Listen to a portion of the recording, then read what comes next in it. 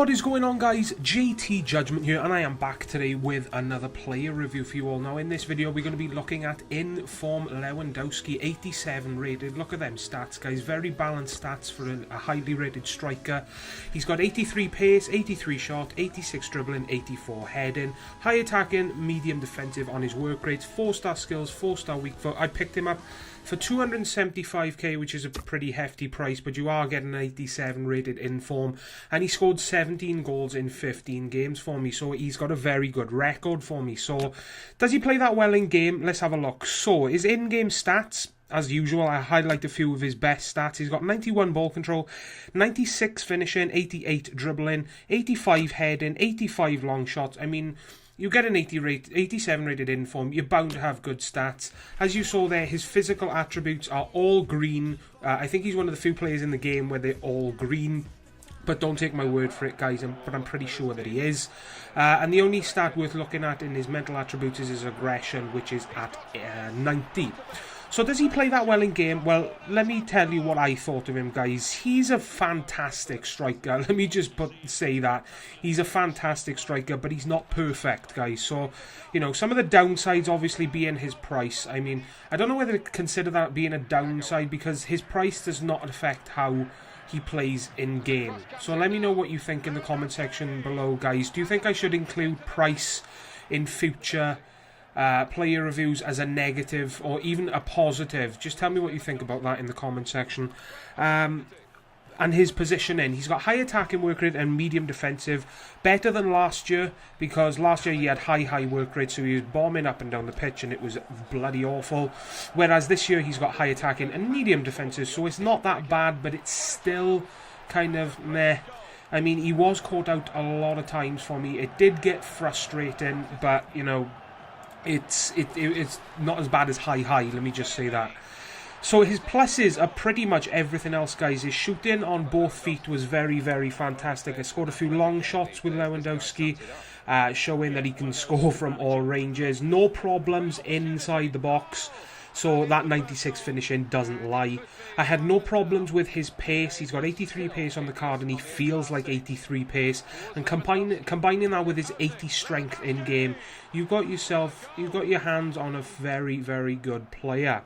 His passing was pretty decent, as you saw there. We were using him in a team with in-form Van Persie that I'd done a review on a couple of days ago.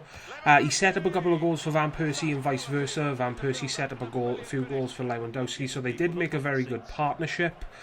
His heading was very good as well. I scored a header or two in this video that you will see, so I wasn't disappointed when it came to that 84 heading stat.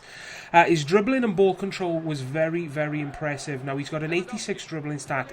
I will say this, guys, I do want to mention, if you've seen my Inform Van Persie review, you will know that I said Van Persie's dribbling was pretty bad. And Inform Van Persie and Inform Lewandowski have the same dribbling at 86. Whereas Van Persie's dribbling is awful, but Lewandowski's dribbling is fantastic. So what I don't understand is, if two players have got the same dribbling stat, how can one be worse than the other?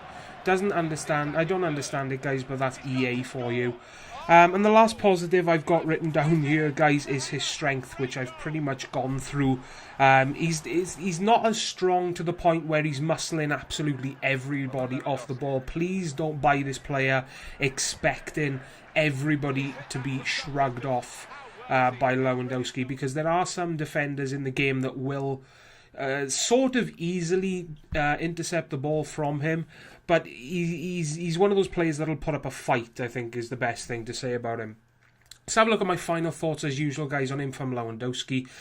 His strengths, he's got amazing shooting, great pace, decent passing, decent heading, good dribbling and ball control, and he's got very good strength. I mean, we're just going to fly through these because I've pretty much gone through everything about him.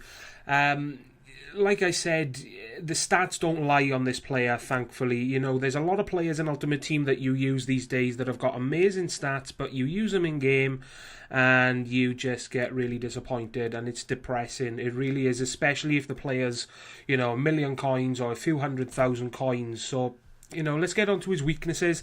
Currently very expensive. He's going for at least 300,000 coins on both consoles.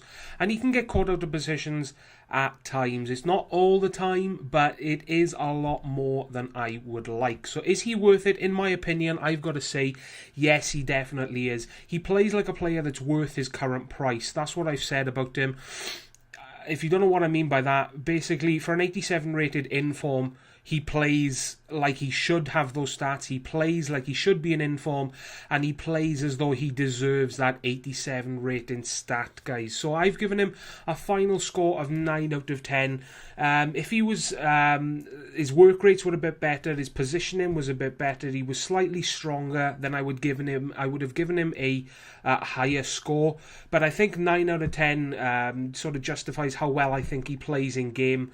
Take from it what you will, though, guys. If you ask me, he's definitely worth a pickup, especially if you're making a Polish team or a Bundesliga team. Definitely worth a pickup and trying out. So that was my Inform Lewandowski review, guys. I really do hope you enjoyed. Please leave a like if you did, and hit that subscribe button today if you haven't already. Take care, and I will see you all next time. Ta-ra, guys.